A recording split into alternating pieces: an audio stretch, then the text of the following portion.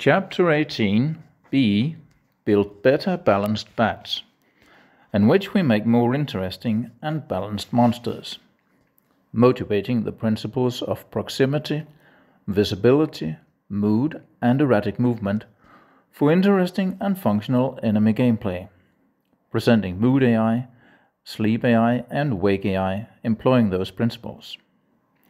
Balanced chase. For a game to be interesting, there must be uncertainty about the outcome and a belief we can influence it. The cats in the first level were too dangerous. We were overwhelmed, and our only option was to flee. No chance to win. The ants in the second level were rather harmless. They were only a threat because we had tied average damage so tightly to the full hit point pool. After just a single hit, you risk death. These first two attempts were unbalanced. The first was impossibly hard, so you could only survive by fleeing. The mobs in the second attempt technically pose a threat, but are easily dispatched through careful play now that we have a way to heal. Let's consider what middle ground could provide interesting play. Our hard example highlights an issue with monsters that chase the player. If the mobs on a level track the player from any distance, the player will invariably be forced to face many of them at the same time.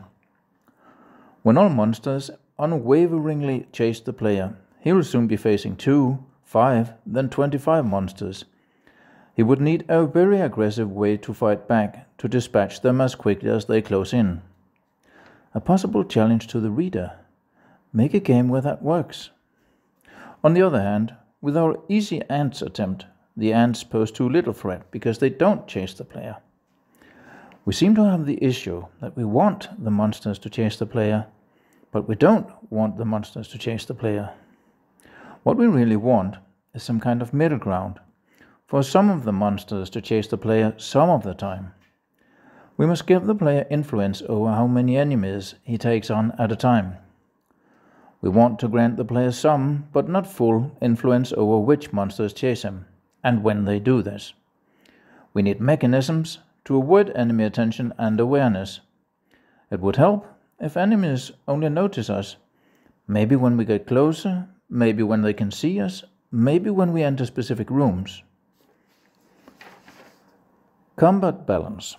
For combat balance purposes, our initial aim is to balance combat between the player and a single mob. That is, when two mobs fight each other, they naively should have an equal chance of winning. We must, however, skew this a bit in the player's favor, because with pure 50-50 odds, the player would almost certainly be dead by his 7th fight. He would only stand a 1 in 128th chance of still being alive. We also intend to make combat against two enemies somewhat difficult to handle.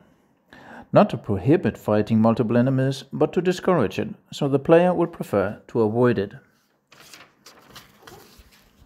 Balance principles. The principles in the following are intended to help us with these ideas of fight one but not two and balanced chase. There are a myriad of ways to aid this, we'll just pick a few. The proximity principle, nearness. A first principle is proximity. If you're close to a mob, it might start to chase you. If you're far away from a mob, it will not chase you, or may stop chasing you. This could be a simple fixed rule. Once you're closer than 6 tiles, the mob will start to hunt you. It could also be a rule of chance. Once you're closer than 6 tiles, there's a high risk it will start chasing you. It could even be so that the closer you are, the higher the chance. Similarly, if you're able to distance yourself again from a hunter, there'd be a chance he stops hunting you. Again, it could be either a fixed rule or probability-based rule. Visibility principle, sight, line of sight. A second principle is visibility. If you and the enemy can see each other, he may notice you and start hunting you. If you can't see each other, he'll probably not start hunting you. Again, if you can get out of sight of someone hunting you, he may lose track and stop hunting you. Seeing each other, in game terms, is often termed line of sight, LOS. This is because you can check whether it's possible to draw a connecting line between the enemy and you. If that direct line hits a blocking tile, a wall or a closed door, you obviously cannot see each other. Such a line of sight check could also tell us whether we can hit each other with a magic missile spell, a crossbow, or a thrown knife. Mood principle, memory. Our third principle that works well with these two is mood or state. The idea is that a monster can be in different behavior states, moods. The typical start mood would be asleep, that is, passive. If we have only one further mood, that second mood would be awake, possibly aggressive. Further possible moods could be a friendly ally or herd, afraid, fleeing. Together with proximity and visibility, the mood would remember the transition into awake, aggressive, and also the transition back to asleep, friendly. Erratic movement principle. A fourth principle we may include is erratic movement, the tendency to move randomly. If a monster always chases in a predictable way, the player can exploit this when trying to lure it into a trap or when deciding how to hide behind a wall. With the risk of random movement, the player must consider his moves more carefully to account for this. Our existing ants exhibits such erratic movement. Let's consider what this design may give us for play balance. The three first principles, nearness, visibility, and mood, give us some degree of influence over which monsters and how many monsters will be chasing us.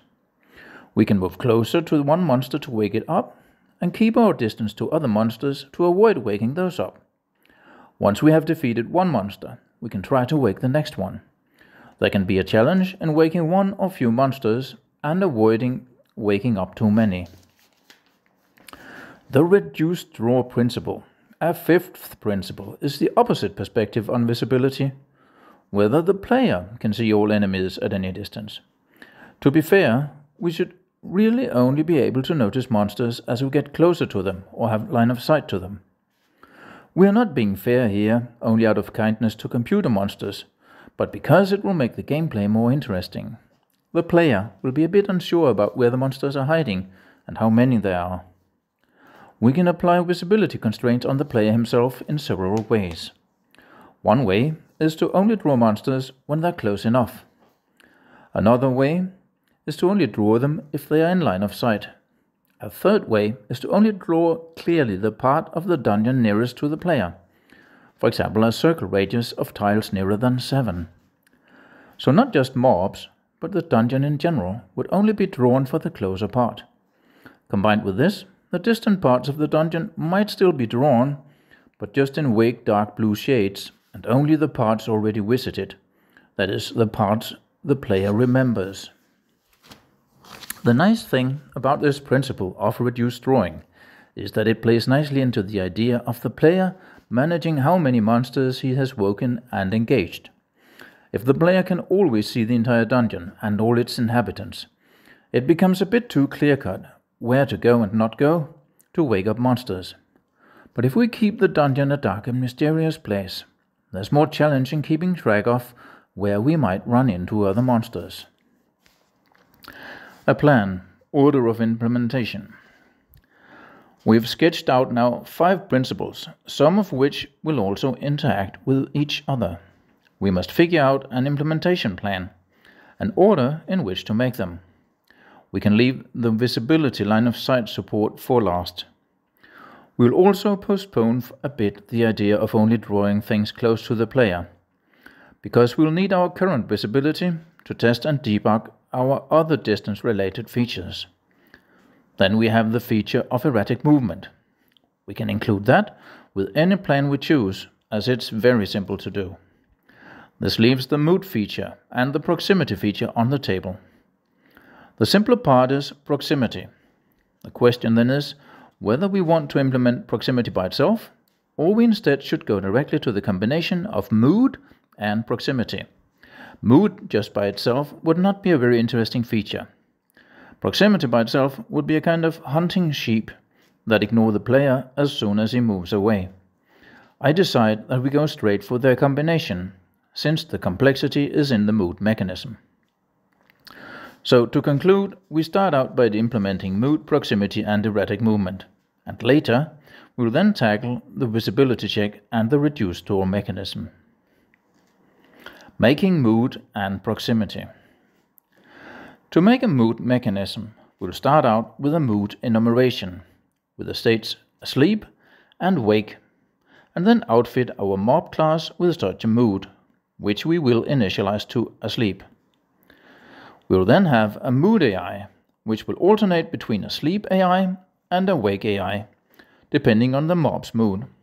The sleep AI will check for distance and roll a die to wake up whenever the player is close.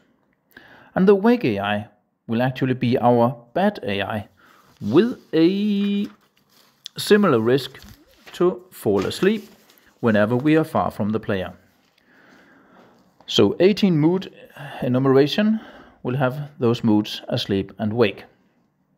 And in 09 mob, we add the attribute mood initialized to asleep. And then 18 mood AI will look like this, with a turn method that switches between asleep and wake depending on the enumeration stored on the mob. And the 18 sleep AI will look like this, which consists of the probability check for whether we should wake up.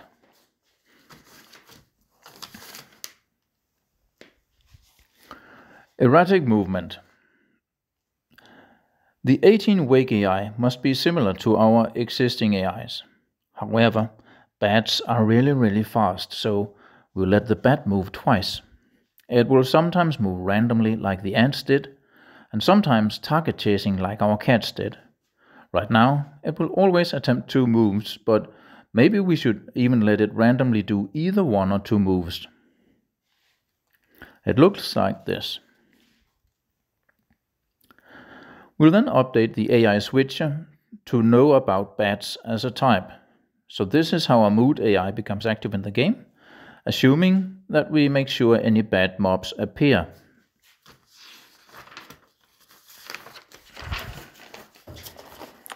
So to try it out, we'll have to change the builder to add bats. So we clone the builder 2G into builder 2H. And then we will have an index 18 bats that looks like this. The builder will get a method make bats and ants that 50-50 adds bats and ants to our level. And now we can try it out.